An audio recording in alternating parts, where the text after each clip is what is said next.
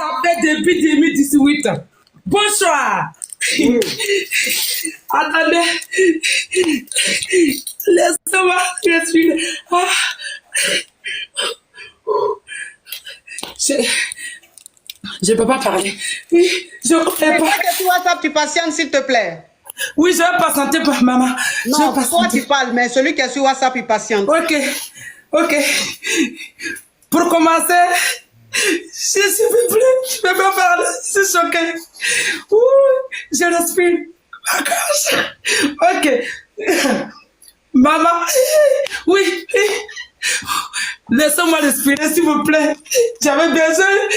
Laissez-moi respirer. Ok. En fait, je suis bénie cette année-là. Mon anniversaire, c'est demain, maman. Ok. D'abord, pour commencer, je me suis dit, le jour que vous allez répondre à mon appel, je vais vous envoyer un lion. Mais maman, pour aujourd'hui, je n'ai pas lion. Mais j'ai béni Dieu. Il fallait que je m'explique mon problème. Ok. Je ne vais pas vous perdre votre temps parce que je sais que vous êtes vite à bloquer là. Ok. Ça, je le sais. Avant de commencer ma coche, je vous explique quelque chose. Vous savez, je viens d'accoucher. Oui. Ma fille a 14 mois. Et quand vous savez qu'on vient d'accoucher comme ça, là, le tout n'est pas encore, voilà. Ouais, là. Donc, quand quelqu'un vous appelle, et puis vous dites, et puis il y a quelqu'un qui vous donne un lion, et vous dites que qu'est-ce que tu me veux, toi, maman, ne faites plus ça. Je rigole jusqu'à je fais pipi sur moi. Parce que je viens d'accoucher. S'il vous plaît. Ok. Mon histoire que j'ai prête à vous expliquer, c'est une histoire de digne d'un film de Congo. Ça. Comment on appelle ça même? Attendez. Ok, ma coche. C'est parti. Coche Amoshika. D'accord. Je vais dormir ce soir, maman. Je vais dormir ce soir. Ma coche, vous m'entendez? Oui. Ok.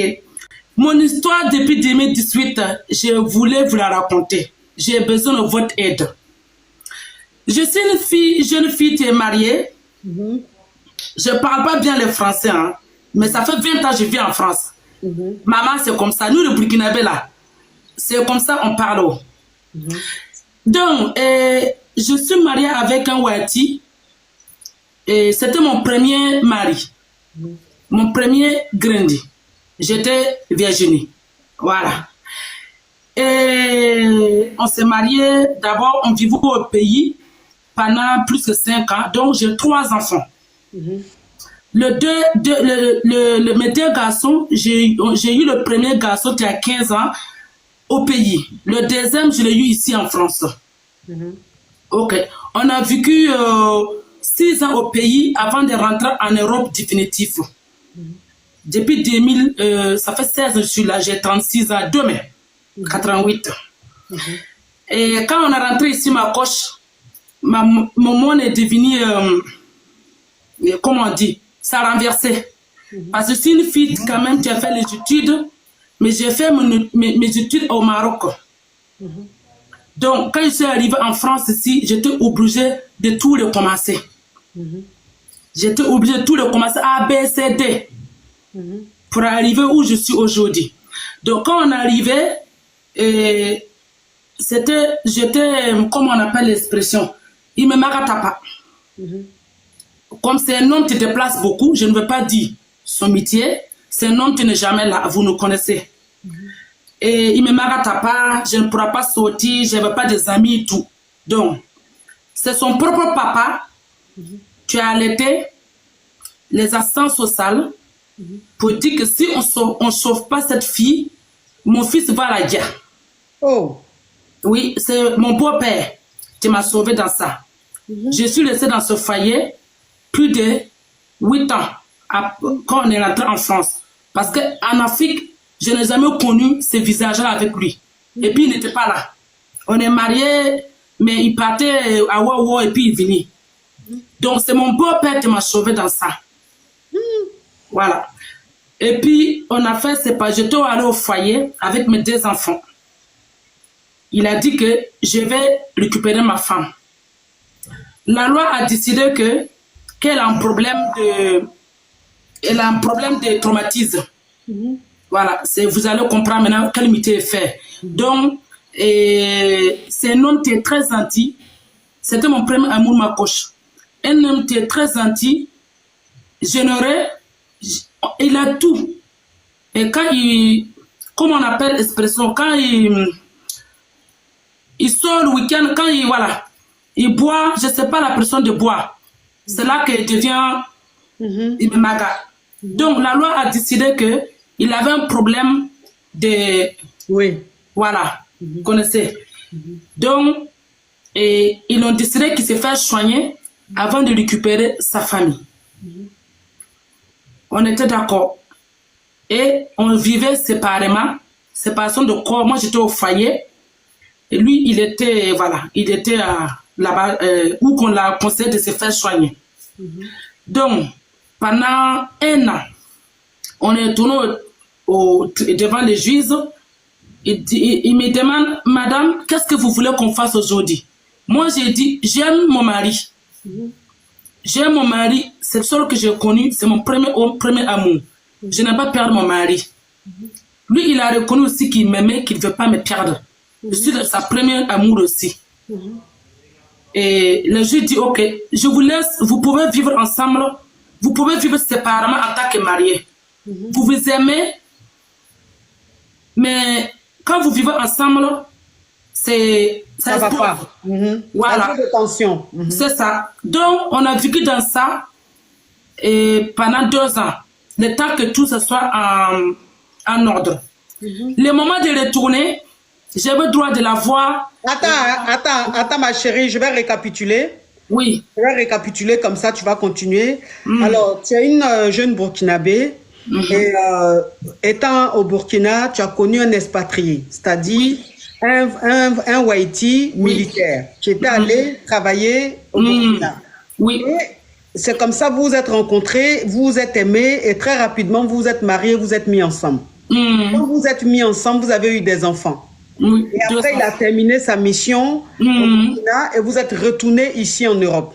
Oui. Quand vous êtes venu ici, le monde a changé parce qu'il n'était plus le même homme. Il est devenu, il te magassait, il est devenu méchant, il est devenu agressif et tout, il te magassait. Et toi, tu n'appelais pas les coca parce que tu aimes ton mari et tu voulais protéger ta famille, tu ne voulais pas que tes enfants vivent sans leur père. Voilà comment tu disais rien, mais tellement qu'il te magassait, c'est lui-même son papa qui a appelé, qui a alerté les assistants sociaux, qui leur a dit aux assistants sociaux que cette fille-là, elle, ses enfants, il faut les enlever là, sinon mon fils va la déjà. Parce que mon fils la maga trop. Voilà comment on te prend, toi et tes enfants, on vous envoie dans un foyer. Et quand on vous envoie dans le foyer, vous restez dans le foyer, ton mari maintenant, qui alerte tout le monde pour te demander pardon, qui vient te demander pardon, qu'il t'aime, il ne veut pas perdre sa famille, il ne veut pas divorcer et tout. Toi aussi, tu aimes ton mari.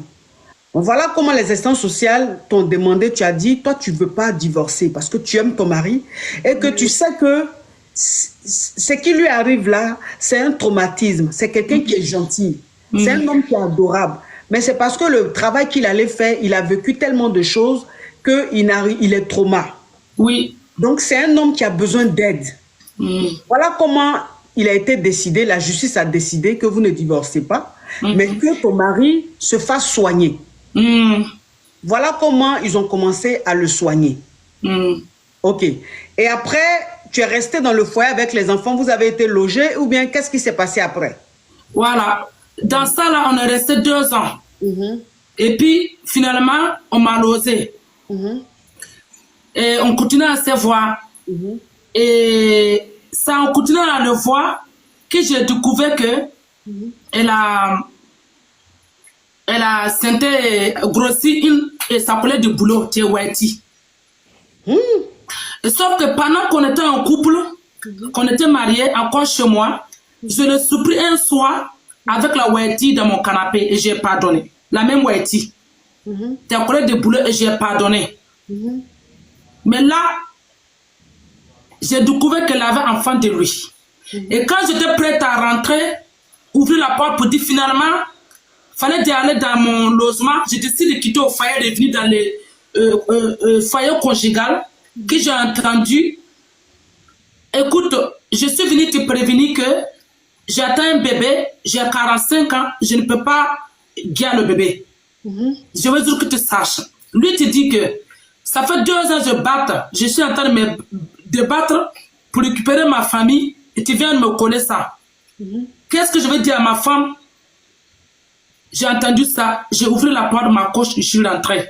Il dit, j'ai tout entendu. J'ai tout entendu.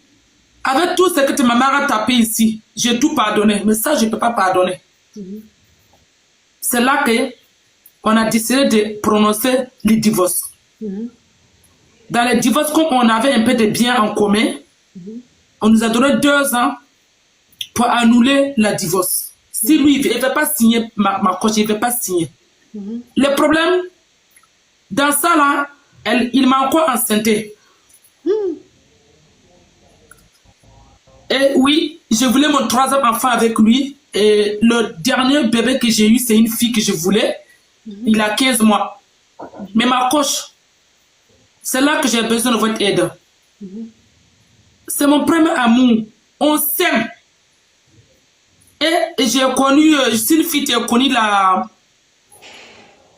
Et comment on appelle ça, expression? On m'a coupé. Il n'y a pas un autre homme que je peux y aller avec, en fait. Je sais qu'il y a mes abonnés qui me reconnaissent là. Il n'y a que vous qui me faites parler de cette situation aujourd'hui. Je n'ai jamais parlé à personne. Comme ici, une fille, on m'a coupé le truc. Il n'y a pas un autre homme.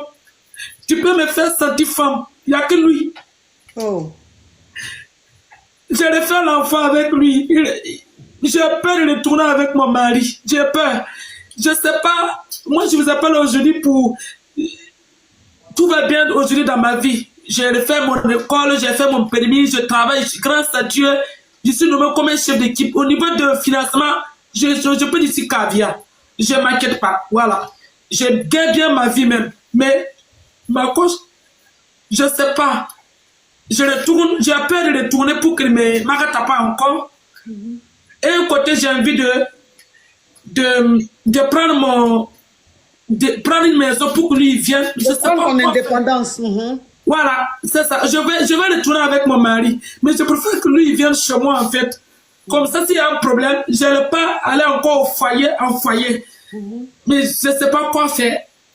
Là, je suis bloqué ma coche. C'est pour ça que je vous appelle aujourd'hui. Ça fait depuis 2018. Ok. Alors, voilà comment vous avez refusé de divorcer parce que vous vous aimez beaucoup. Oui. Et ton mari se faisait suivre, mais il continuait de travailler. Oui. Voilà comment il a commencé à te tromper avec sa collègue de travail. Oui. Et toi, de temps en temps, du foyer, tu venais le voir à la maison. Oui, on m'avait donné le droit. On t'a donné le droit de venir de temps en temps à la maison. Oui. Voilà, un jour, comme ça, tu viens le voir. Là, tu avais décidé de quitter le foyer, de revenir à la maison avec les enfants. Oui. Et quand tu arrives, tu vois qu'il est avec sa collègue Waiti. Oui. Et cette collègue-là est en train de lui parler pour lui dire qu'elle est enceinte de lui. Et lui, il disait à sa collègue, mais comment tu peux me dire que tu es enceinte de moi, alors que moi, je n'ai pas envie de divorcer avec ma femme. Je veux que ma famille revienne à la maison. Et toi, tu me dis que tu es enceinte de moi. Moi, ça ne m'arrange pas parce que je veux récupérer ma famille. Oui. Quand tu as entendu ça, voilà comment tu es rentré pour dire que tu as tout entendu et que tu ne peux jamais lui pardonner ça. Tu ne peux jamais lui pardonner le fait qu'il ait eu un enfant dehors. Voilà comment vous avez divorcé. Oui. Mais comme vous avez voulu divorcer, mais comme vous avez des biens ensemble, on vous a demandé 2 ans de réflexion. Oui. Et pendant ces 2 ans de réflexion, quand même, tu graissais avec ton mari. Oui. Voilà comment tu es tombée enceinte de ton 3e enfant. Oui. Tu voulais d'une fille et Dieu t'a donné une fille. Oui. À ta 3e grossesse, tu as eu l'enfant. Aujourd'hui, tu as passé ton permis, tu as suivi une formation, tu as un boulot aujourd'hui, tu as ta voiture et tu as pris un appartement parce que tu n'es pas retourné dans ton foyer. Non. Mais vous n'avez pas encore divorcé, tu as pris un appartement. Ton mari et toi, vous voulez vous remettre ensemble. Mais cette fois-ci, tu n'as pas envie de retourner dans la maison où tu étais avec lui. Tu veux qu'il vienne maintenant chez toi. Comme ça, si demain, il te maga, tu pourras le mettre dehors et tu ne vas pas te retrouver dans un foyer. Oui. Ok. Maintenant, ta question, c'est quoi? Lui, il m'a dit, le foyer, c'est pour un homme. Il m'aime, il me promet qu'il ne va plus me faire tout ça. Il ne veut pas venir chez moi, il veut que je vienne dans la maison parce qu'on a 3 enfants. Avec celle qu'il a eue, ça fait 4 enfants. Donc, il veut plus, voilà, il veut pas vivre avec moi mon appartement. Je lui ai dit que je vais quand même chercher une maison s'il faut. Il m'a dit non, tu veux me pardonner, il faut que tu le viennes à domicile. Sauf que la loi nous a donné il nous laisse 6 mois pour décider où ils annullent le divorce. Ok. Donc toi, aujourd'hui, tu as 4 enfants et tu as 3 enfants. Oui, hein? 3. Lui, il en a 1. Il en a 1. Ok. Oui. Tu as 3 enfants et aujourd'hui, tu as peur de recommencer ta vie parce que quand tu étais enfant, on t'a coupé le clic-clic. On parle en code, hein? On t'a coupé le clic-clic. Oui. C'est lui ton premier homme, c'est lui que tu as toujours connu. Et tu t'es dit, aucun homme ne peut t'accepter avec le clic-clic coupé, ou bien aucun homme ne peut te parler, ne peut t'enjailler. Oui, si ce n'est que lui, c'est lui qui te connaît, c'est lui qui, malgré le fait que ton clic-clic soit coupé, c'est lui qui arrive à te faire parler en langue. Oui, c'est ça. Okay. Donc aujourd'hui, ton mari veut que vous vous remettez ensemble. Toi, tu veux qu'il vienne vivre chez toi. Il dit non, qu'un foyer, c'est l'homme, c'est la femme qui vient chez l'homme, c'est pas l'homme qui va chez la femme. Oui, c'est ça. Si tu veux lui pardonner, il faut que tu retournes dans ton foyer. Mais toi, tu n'as pas envie. Ok, d'accord. Donc ta question, c'est quoi? C'est ça.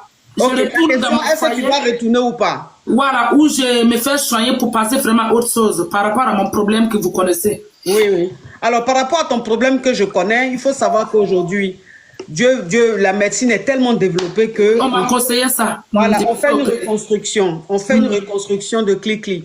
Donc ça, aujourd'hui, c'est pas un problème. Et puis, c'est pris en charge par la sécurité sociale. Tu vas pas payer 5 francs. Donc, on pourra te faire une reconstitution de ton clic-clic pour que tu puisses te sentir plus à l'aise. Maintenant, en ce qui concerne ton mariage, tu es dans un mariage qu'on appelle un mariage toxique. C'est-à-dire que ton mari et toi aujourd'hui, vous êtes dans une relation toxique. C'est un homme qui est toxique pour toi et tes enfants.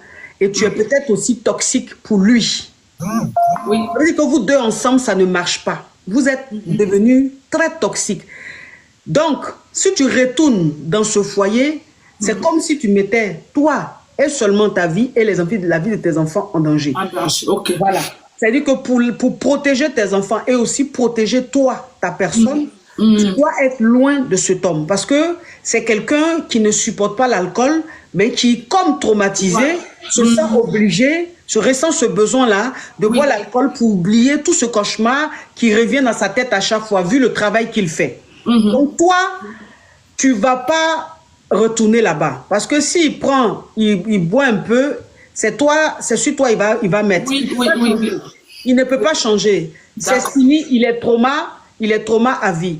Malheureusement, ce travail-là, c'est comme ça. C'est-à-dire que le travail que ton mari fait, quand ils vont comme ça dans des pays, par rapport à ce qu'ils font, il y a tellement de choses qu'ils vivent qu'il y en a qui n'arrivent pas à oublier et ils n'oublient jamais. Donc, très souvent, ils deviennent des alcoolos, malheureusement, pour pouvoir oublier ça. Donc, toi, tu ne peux pas être son tam-tam. Oui. Tu ne peux pas être son tam-tam. Moi, je te dis, pour la sécurité de tes enfants, il faut ça que tu restes chez toi. Si vous voulez vous voir, ça c'est toi qui vois, vous voyez à distance. Voilà. Mais tu restes chez toi et il reste chez lui. Moi, je te dis, ce mariage est très toxique. D'accord. Ce mariage est très toxique. Si tu peux sortir de là, continuer ta vie avec tes enfants. Dieu merci, aujourd'hui, tu es en France, tu as ton boulot, tu as ta maison, tu es avec tes enfants. Si tu peux sortir de là, recommencer ta vie, faire ta reconstruction du clic-clic, recommencer ta vie, il faut le faire. Mais si tu veux rester avec lui, c'est ton choix, mais mets les enfants en dehors de ça. Je ne veux pas que vous vivez ensemble sous le même toit, parce que vous deux ensemble sous le même toit, c'est pas bon. Oui, c'est ça, c'est ce que le juge m'a dit. Voilà. Donc, je remercie beaucoup ma coach. Je crois que je vais me faire construire. Et puis, oui, il faut faire la reconstruction. Va voir ton médecin, c'est simple. Tu vas voir ton médecin, tu expliques le traumatisme que ça t'a fait, tu expliques le mal que ça te fait, comment tu te sens mal dans ta peau. Et c'est le docteur, en fait, qui va te faire une ordonnance pour que tu ailles voir ceux de droit et ils vont te prendre en charge. ils vont prévoir une date d'opération et ils vont te faire ta reconstruction de ton clitoris. Oui, d'accord. Et tu ne vas même pas payer 1 centime. Oui, c'est ce qu'on m'a conseillé, d'accord. Courage à toi, ma chérie. Merci beaucoup, que Dieu vous bénisse. Longue vie à vous. Que Dieu bénisse vos enfants. Merci beaucoup. Amen. Merci. Merci. Oui. Amen. Joyeux anniversaire. Bon, c'est bon,